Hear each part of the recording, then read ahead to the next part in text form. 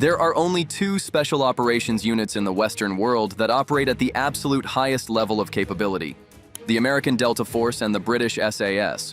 Both can do everything: direct action, hostage rescue, counterterrorism, maritime operations, halo inserts, multi-day operations behind enemy lines. Both have the same mission set. Both have the same doctrine. Both train together regularly. And this is not a coincidence. This is by design. In the early 1960s, a young American Army officer named Charlie Beckwith was stationed in England on an exchange posting with the British 22 SAS. Beckwith watched what the SAS could do. He saw their selection process, their training regimen, their operational readiness. He saw an institution that had been perfected over 20 years of continuous operations dating back to World War II in the North African desert. And when Beckwith returned to the United States, he became convinced that the American military needed an exact equivalent of 22 SAS. The problem: nobody in the Pentagon agreed with him. Beckwith spent years arguing his case in corridors and briefing rooms, trying to convince senior leadership that a specialized counterterrorism unit needed to exist as a separate command.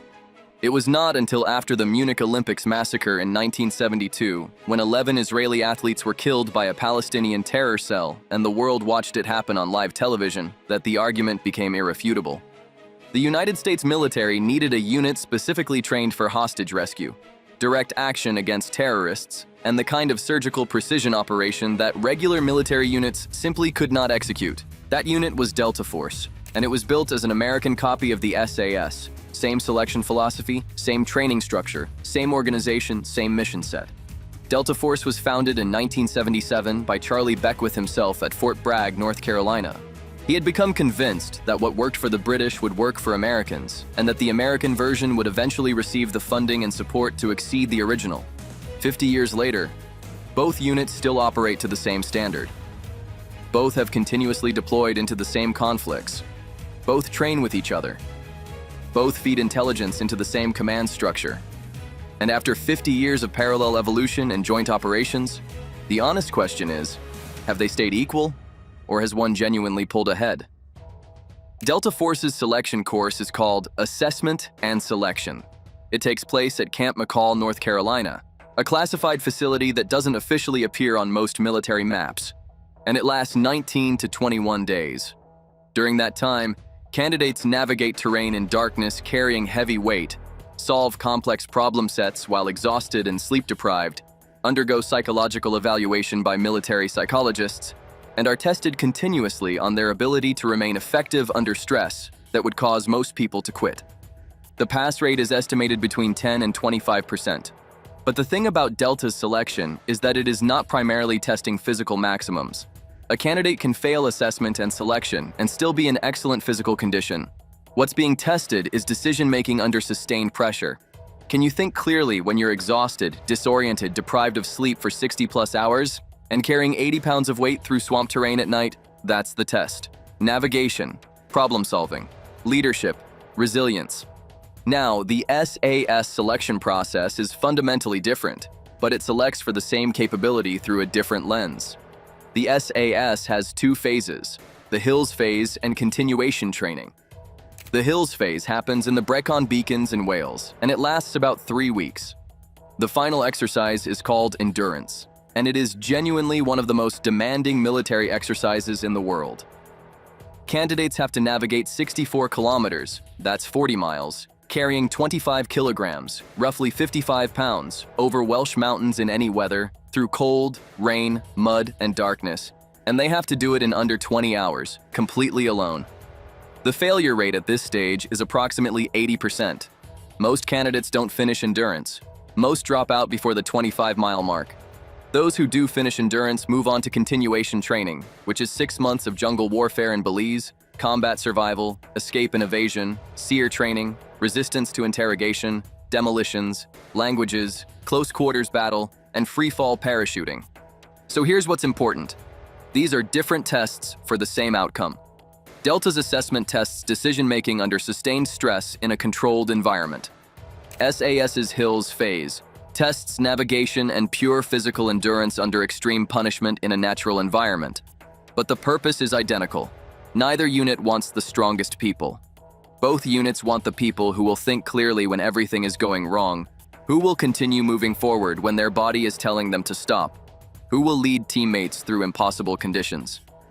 From a strict capability standpoint, both selection processes produce operators at the same level. A Delta operator and an SAS operator have both passed a test that filters out roughly 85% of the people who try. The difference is where each unit is testing you and what pressure is being applied. Delta tests decision-making under sustained stress and fatigue.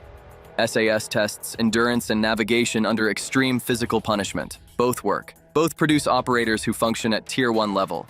The Iranian embassy siege in London in 1980 was the moment that defined modern counterterrorism tactics. 6 Iranian gunmen, members of an opposition group called the Democratic Revolutionary Front for the Liberation of Arabistan, held 26 hostages inside the Iranian embassy building in South Kensington for 6 days. Negotiations were ongoing, but the situation was deteriorating. The British government's response was Operation Nimrod, and they assigned it to 22 SAS. On day 6, with negotiations stalled and the gunmen threatening to execute hostages, the SAS moved. 24 operators fast-roped down from the roof of an adjacent building, assaulted the embassy, and cleared all 4 floors of the building in 17 minutes. 5 of the 6 gunmen were killed in the assault. 1 was captured. 5 of the 6 hostages were freed alive. 1 hostage was killed by the gunman during the assault itself, and 1 SAS operator was burned by an incendiary device. The operation was broadcast live on British television, and it was a statement. This is what a modern counterterrorism assault looks like. That operation essentially wrote the playbook that every Western Special Operations unit still uses. The speed, the violence of action, the precision of fire in a hostage environment, the discipline. The SAS created the standard, and 44 years later, every hostage rescue team in the world is still using principles that came out of Operation Nimrod. For Delta Force, the defining operation is different. It's not as clean or as straightforward as the Iranian embassy. It's Black Hawk Down in Mogadishu, Somalia, in 1993. A helicopter carrying Delta operators is shot down in the city during a raid.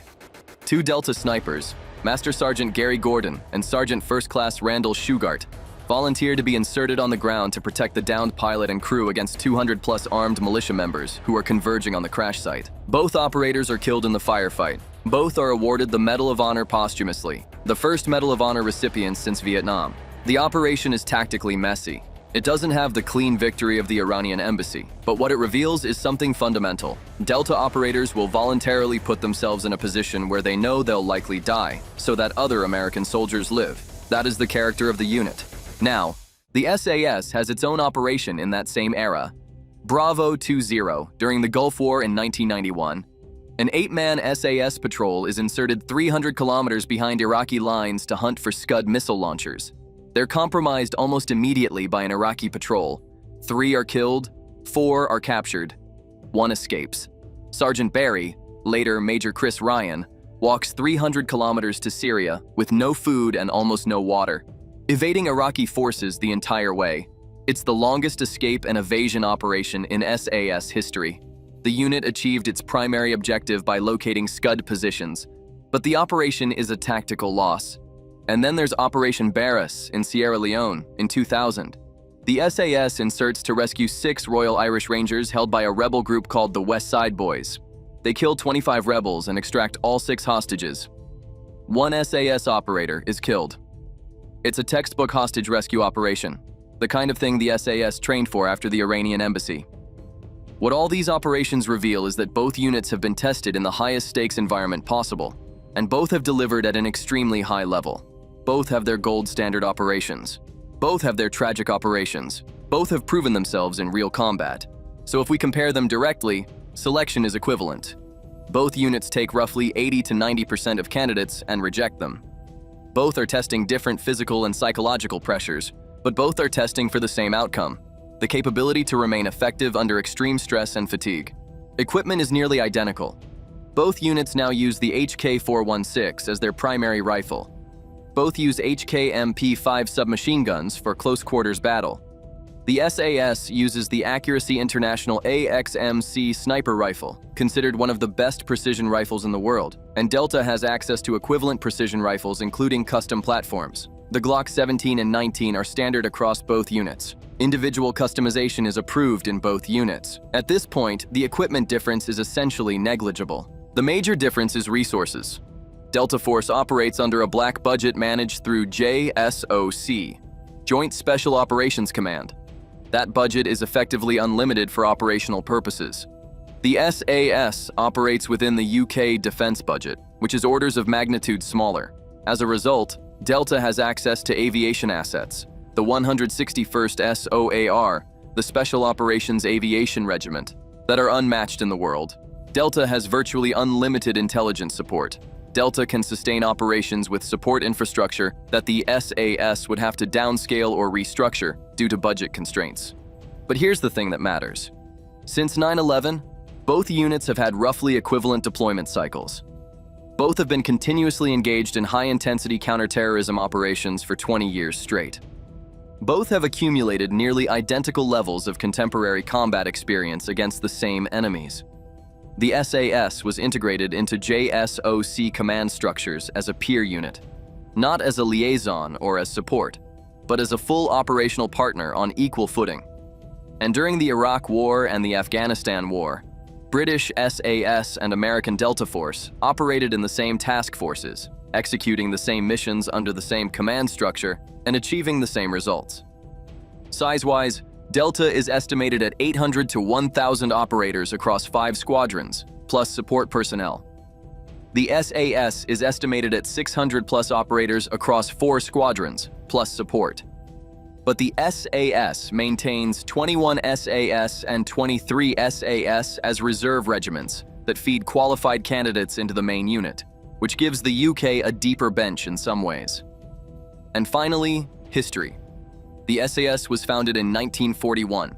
They have 85 years of institutional knowledge about how to select, train, and deploy Tier 1 operators. Delta was founded in 1977.